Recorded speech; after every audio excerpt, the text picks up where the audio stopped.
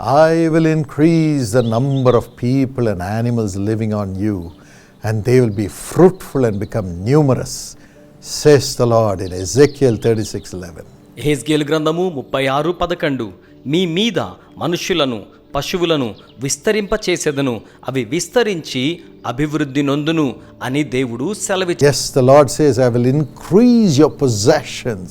అవును, దేవుడు నేను మీ స్వాస్థ్య సంపదను విస్తరింపచేయుదునని చెప్తున్నారు. You will become fruitful. మీరు ఫలభరితమగుదురు.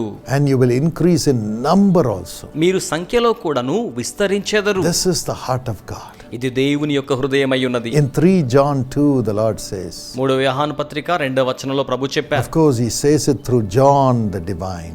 దైవికమైన యోహాను ద్వారా ఆయన ఈ రీతిగా సెలవిచ్చారు. Beloved, I wish above all things that you would prosper, you would be in health, and your soul shall prosper. ప్రియుడా, నీ ఆత్మ వర్ధిల్లుచున్న ప్రకారము నీవు అన్ని విషయములలో వర్ధిల్లుచు సౌఖ్యముగా ఉండవలెను. God wants you to prosper in soul, in finances, and also in health. ప్రాణాత్మ విషయాల్లోనూ ఆర్థికముగాను ఆరోగ్యపరముగాను మీరు ఆశీర్వదించబడవలనని దేవుడు కోరుచున్నారు. I pray this blessing upon you in Jesus' name. యేసు నామములో ఇట్టి ఆశీర్వాదమును మీ మీద ప్రార్థించుచు ఉన్నాను. I know there are some who are watching who are under terrible depression. నాకు తెలిసి వీక్షిస్తున్న మీలో కొంతమంది భయంకరమైన ఒత్తిడికి లోనైన వారిగా ఉన్నారు. Devil has brought this oppression and depression in you and stopped you from doing your work, your business and your studies. అపవాదియే ఈ ఒత్తిడిని మీ మీదకు తీసుకొచ్చి మీ యొక్క పనులు, మీ యొక్క వ్యాపారము, మీ విద్యను మీరు కొనసాగింప చేయకుండా మిమ్మల్ని ఎంతగానో ఒత్తిడికి లోను చేసి ఉన్నాడు. And some of you are suffering because of such family members and your family is not prospering. మీలో కొంతమంది అటువంటి కుటుంబ సభ్యులను కలిగి ఉండడం ద్వారా బాధపడుతున్నారు, కుటుంబం వర్ధిల్లుటలేదు. But Jesus is coming to you, my friend. కానీ స్నేహితులారా, యేసు మీ యొద్దకు వచ్చేస్తున్నారు. His Holy Spirit is filling you and transforming such people, healing such people and delivering such people.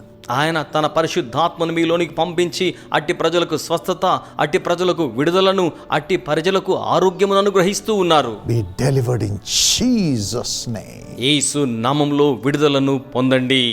Power of the Holy Spirit fill you right now. పరిశుద్ధాత్మ శక్తి ఇప్పుడే మిమ్మును నింపును గాక. Let there be peace, prosperity, good health and salvation in your soul. శాంతియు వర్ధిలతయు మంచి ఆరోగ్యమును మీ ప్రాణ ఆత్మలలో ఉండును గాక. Become fruitful and multiply in Jesus' name. యేసు నామములో ఫలించండి, విస్తరించండి. Amen. Amen. Bijoy from Tezpur in Assam gave this testimony. అస్సాంలోని తేజ్పూర్ నుండి బిజాయ్ ఈ సాక్ష్యాన్ని తెలియజేస్తున్నారు. He got a job in the state government in 1993. 1993వ సంవత్సరంలో అస్సాంలోని రాష్ట్ర ప్రభుత్వంలో ఉద్యోగం లభించింది. Earned money. ధనాన్ని సంపాదించారు. Companions came. తన యొక్క సహచరులు వచ్చేసారు. Started drinking. మద్యపానం ప్రారంభించారు. He got married. అతనికి వివాహమైంది. She was a godly woman. ఆవిడ దైవికమైన స్త్రీ. Only after marriage she knew husband was an alcoholic. వివాహం తరువాతనే భర్త మద్యపాననే సంగతి తెలిసింది. She advised him to leave it. ఆవిడ మద్యపానం విడిచిపెట్టమని అతనికి సలహా ఇచ్చారు. And she started praying for her husband. ఆవిడ తన భర్త కోసం ప్రార్థించడం ప్రారంభించారు. Wrote letters to us. మాకు ఉత్తరములు వ్రాసారు. And we replied back. మేము వారికి తిరిగి జవాబిచ్చాము. And God gave her a central government job after that. దేవుడు ఆ తర్వాత ఆమెకు కేంద్ర ప్రభుత్వ ఉద్యోగాన్ని అనుగ్రహించారు. 2001 a sweet child was born. 2001 సంవత్సరంలో మధురమైన బిడ్డ జన్మించారు. But Bijoy never left his alcoholic addiction. కానీ అతడు మద్యపాన వ్యసనాన్ని విడిచిపెట్టలేదు. He was affected mentally. అతడు మానసికంగా ఎంతగానో ప్రభావితుడయ్యాడు. Became rude. ఆ విధంగా మూర్ఖుడిగా ఉంటున్నాడు. Disrespectful. అగౌరవమైన విధానములో ఉండిపోతున్నాడు. In the night he would go to another city and drink. రాత్రి వేళ మరొక నగరానికి వెళ్లి మద్యపానం సేవించేవాడు. Driving his car all by himself without knowing. తనే స్వయంగా తెలియకుండా కారు డ్రైవ్ చేసుకుంటూ వెళ్ళిపోయేవాడు. Some people admitted him in the rehab. కొంతమంది అతనిని పునరావాస కేంద్రంలో చేర్పించారు. Came out of it. అందులో నుంచి బయటకు వచ్చాడు. Never changed. మార్పు చెందలేదు. Wife lost all the hope. భార్యకు నిరీక్షణ అంతయు కూడా పోయింది. But one day morning, అయితే ఒక రోజు ఉదయమున as the family was watching our Jesus Calls program, కుటుంబం మన యేసు పిలుచున్నాడు కార్యక్రమాన్ని వీక్షిస్తూ ఉన్నప్పుడు, as I was praying Suddenly I began to pray for those who are addicted with alcohol. నేను ప్రార్థన చేయుచుండగా అకస్మాత్తుగా మద్యపాన వ్యసనంతో ఉన్న వారి కోసమై ప్రార్థన చేయడం ప్రారంభించాను. And that prayer touched the soul of ఆ Bijay. ప్రార్థన బిజాయ్ యొక్క ఆత్మను తాకి ఉన్నది. And the power of God came upon him and delivered him from the addiction. దైవ శక్తి అతని మీదకి దిగివచ్చి అతని వ్యసనము నుంచి అతన్ని విడిపించి ఉన్నది. Now nearly 16 years have passed ఇప్పుడు by. దాదాపుగా 16 సంవత్సరాలు గడిచిపోయాయి. He is a free man. అతడు విడుదల పొంది ఉన్నాడు. No addiction. ఏ వ్యసనములు లేవు. But he is running a prayer fellowship in his home. అయితే తన గృహంలో అతడు ప్రార్థనా సహవాసాన్ని నడిపిస్తున్నాడు. People say old Bijay is dead, but now a new Bijay is living in him. ప్రజలంటారు కదా, పాత బిజాయ్ చనిపోయాడు, ఇప్పుడు ఇతనిలో క్రొత్త బిజాయ్ జీవిస్తూ ఉన్నాడు అని. Son is a young partner, కుమారుడు యవన భాగస్థునిగా ఉన్నాడు. and Bijay is a prayer tower building fund partner. సోదరుడు ప్రార్థనా గోపుర నిర్మాణ పథకంలో సభ్యునిగా ఉన్నాడు. God has built a new house for them, దేవుడు వారి కోసం నూతన గృహాన్ని నిర్మాణం చేయించారు. and many are blessed by them. అనేక మంది వారి ద్వారా ఆశీర్వదించబడి ఉన్నారు. May God give you this blessing, దేవుడి ఆశీర్వాదాన్ని మీకు ఇచ్చును గాక. make you fruitful, మిమ్మును ఫలభరితం చేయును గాక. make you increase with prosperity మిమ్మును వర్ధిల్లత చేత వృద్ధి పొందింప చేయును. and possession. స్వాస్థ్య సంపదలతో May you be a blessing through the Holy Spirit to others. పరిశుద్ధాత్మ ద్వారా మీరు ఇతరులకు ఆశీర్వాదముగా ఉందురు గాక. God bless you. దేవుడు మిమ్మును ఆశీర్వదించును గాక.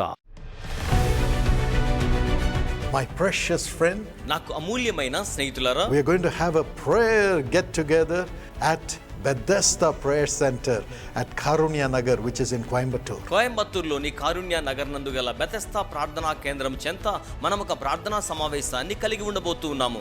Yes, we are going to pray that God will turn your sorrow into joy. దేవుడు మీ దుఃఖమంతటిని ఆనందముగా మార్చివేయవలెనని ప్రార్థన చేయనయ్యున్నాము. So come with all your family members. కనుక కుటుంబ సభ్యులందరితో కూడా కలిసి రండి. Let God wipe away their tears and do miracles for them. దేవుడు వారి కోసం కన్నీటిని తుడిచి అద్భుత కార్యములను జరిగించనివ్వండి. We lay hands on everyone who comes and pray for them in the name of Jesus. వస్తున్న ప్రతి వారికి యేసు నామములో వారి మీద చేతు నుంచి ప్రార్థన చేయడం జరుగుతోంది. And the hand of Jesus will come upon them. యేసు హస్తం వారి మీదకి వస్తోంది. It will come upon you. అది మీ మీదకును వస్తోంది. And you will go back with your sorrow turned into joy. మీ దుఃఖమంతయు ఆనందముగా మార్చబడి మీరు తిరిగి వెళ్ళెదరు. You can come and stay there. మీరు వచ్చి అక్కడ బస చేయవచ్చును. Food facilities are available. ఆహార వసతి సదుపాయములు అక్కడ ఉన్నాయి. Transport facilities are available from the city of Coimbatore. Coimbatore నగరం నుండి ప్రయాణ సౌకర్యాలు అందుబాటులో ఉన్నాయి. Just come. కేవలం రండి. Call the number on the screen and they'll give you all the information. తెర మీద కనబడుతున్న నంబరుకు ఫోన్ చేయండి, సమాచారం అంతయు అందించెదరు. డాక్టర్ పాల్ దినకరన్ గారు మరియు వారి కుటుంబ సభ్యులు కోయంబత్తూరులోని కారుణ్య నగర్లో జరగనున్న బెతెస్దా ఆశీర్వాద కూటమునకు మిమ్మును వ్యక్తిగతముగా ఆహ్వానించుచూ ఉన్నారు. తేదీ జూలై నెల 7వ తేదీ ఆదివారం. సమయము మధ్యాహ్నము 2 గంటలకు. వసతి సౌకర్యముల కొరకై వెనువెంటనే మమ్మును సంప్రదించండి. మమ్మును సంప్రదించవలసి ఉన్న మా యొక్క ఫోన్ నంబర్లు 9487846601